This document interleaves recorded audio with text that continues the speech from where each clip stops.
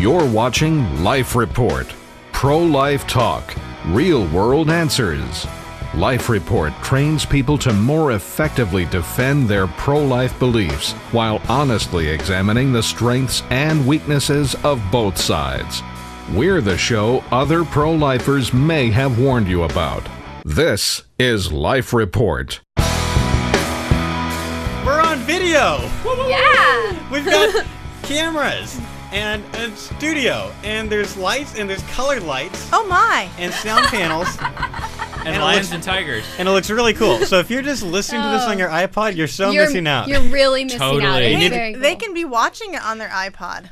That's video true. podcast. No. I'm never What? going to put the videos on iTunes. but okay. Here's why. This is going to be on YouTube. I don't want to put it on iTunes because then I don't get the YouTube views. I want lots of YouTube views. So for you guys, if you want Why to... is YouTube inherently better than if they iTunes? have an iPhone. Because I don't get any stats when people download from iTunes, so it doesn't count for anything. So it's your ego that's preventing the easy access if to we've our got Apple users. If we've got 500 people watching the videos versus 50 of them, because 400 of them are downloading on iTunes, then yeah, it's better for them to all be on YouTube. So it's just the way we're gonna go They with can it. watch it on their iPhones. They could, yeah. If you want to, yeah. If you go take your it's true. iPod Touch and go to YouTube, you can watch it that way, or you can just go on your computer. So whatever you want to do. Whatever. We're Who filming it. uses Or computers? if you're like me, you can go on your Droid, because Droid does. There you go. Droid Droid. does do YouTube almost as well. And so did you catch that We're- dig we're- towards your phone? I'm a Verizon girl too, so I still have the same phone we had before. I haven't switched yet. we're shooting in HD, so it'll look better on your computer. I guarantee you that. All right, whatever. So this is going to be very cool. We're gonna and we might be doing this on TV as well. We'll let you know if that's going to go on in the future. It's been a little while since we shot, and so what we're going to do is we're going to actually do something that we used to do often, which is a "Did he just say that" episode. Except in this case, it'll be it's "Did she just say that?" Ooh. And I totally was late on the. Hey, no, it's all right. So, what are you trying to say? Are you kidding? What did you just say? Are you kidding me? What did you say?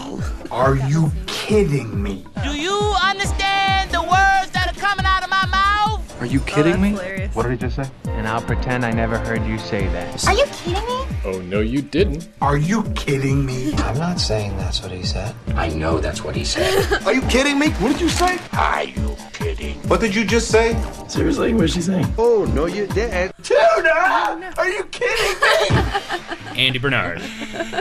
Okay, so we this is what we do when someone gives a speech or goes on TV and says a bunch of stuff that we want to comment on. And so so the View we've done stuff with the View before. Every once in a while, the extremely intelligent women on the View that understand the abortion issue in and out sometimes talk about this Right. issue. And so and it's very, very fair and balanced. They have just as many Right. conservatives as liberals, which is really nice. Exactly. Of course, all sit and So do we. jest. Oh, no, wait a I minute. was like, are you being sarcastic right now? I'm Yeah, Nice. I'm being like very totally, like, sarcastic right now. watching I you don't and watch looking at you The and thinking View, you but- look really serious, but nothing sounds serious coming out of your mouth. That's that dark, I thought there was sarcastic one humor. conservative. There is one conservative. The problem is that see, and I really like a lot of the things about Elizabeth Hasselbeck, but in this episode, she does, her pro-life, when she described her pro-life view, it came out very weak to me. So we're going to talk about Now, that. Time out before you say that. Yeah. Sherry Shepherd's supposed to be kind of conservative, right? You know, I don't know a lot about Sherry Shepherd's background. I mean, just even the comments that she makes in the show. I mean, she's not the spectrum of. I mean, they kind of try to hold a little bit of a spectrum. You've got like Joy Behar, who kind of takes the other side completely, usually. So yeah, Right. Yeah, and then Whoopi Goldberg Goldberg. would also be on that side. So you Yeah. probably get some. Maybe she's kind of in the middle, like a Right. moderate kind of a thing, and then right, but. who knows? Yeah. Anyway, so but before we play the clips, I got to kind of explain what they're talking about. There was Right. a recent pro-life bill that was passed in Oklahoma called HB 2780, and similar bills have been passed in a few other states. I don't have the list with me because I'm that prepared. But Oklahoma passed it, and they're the ones that the View were talking about anyway, so it's Right. all good. And I'm in contact with Oklahoma Right to pro-life, so I've got all the info. I'm not gonna spend a lot of time, we're not gonna debate the merits of the bill. Yeah. Okay. Some people think it's great, some people don't. We're not getting into that. We're not gonna do the incrementalism versus personhood argument. We're not gonna talk about all the reasons why the bill might be good or bad. But I do want to explain what the bill is, Right. because that'll help people understand what's going on in the clips from the View. So, Right. so this bill is an ultrasound bill.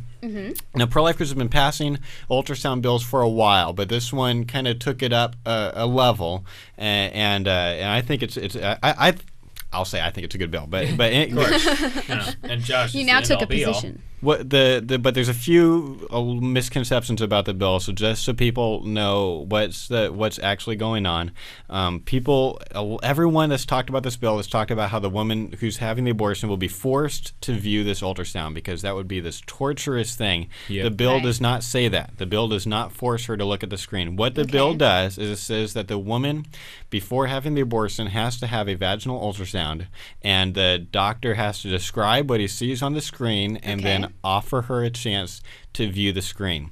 Now So she would be asked, would you like to see this? exactly. Now, Okay. Josh, Yeah. you're probably going to get to this, so I'm just going to Go ask ahead. this anyways, just to, how does this differ from what was happening before? Okay, and that's a really good question that's because there's important. two main arguments against this bill that I've seen when I've read kind of the people blogging about it and stuff. Was one, people said it was wrong to force a woman to view the ultrasound.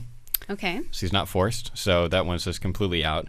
The other argument was it's really invasive because it's forcing her to have a vaginal ultrasound. So some people might not even know that there's two different types of ultrasounds. There's abdominal ultrasounds, there are vaginal ultrasounds. Right. And so what people don't understand on this, or I think, She's is that about to this have is an abortion, and that's Yeah, pretty invasive. how invasive can an Okay, ultrasound I'll let be compared that would be one side of it, and Right. it is true. What a woman goes through to have any abortion is going to be closer to the invasiveness of a Pap smear, and more we're not going so. to. And I'm not going to describe. And Carrie would know. You would Yeah, know it's more so. it's worse. Yeah. I'm not going to just get graphic here, so don't freak out. But it's a lot worse, right?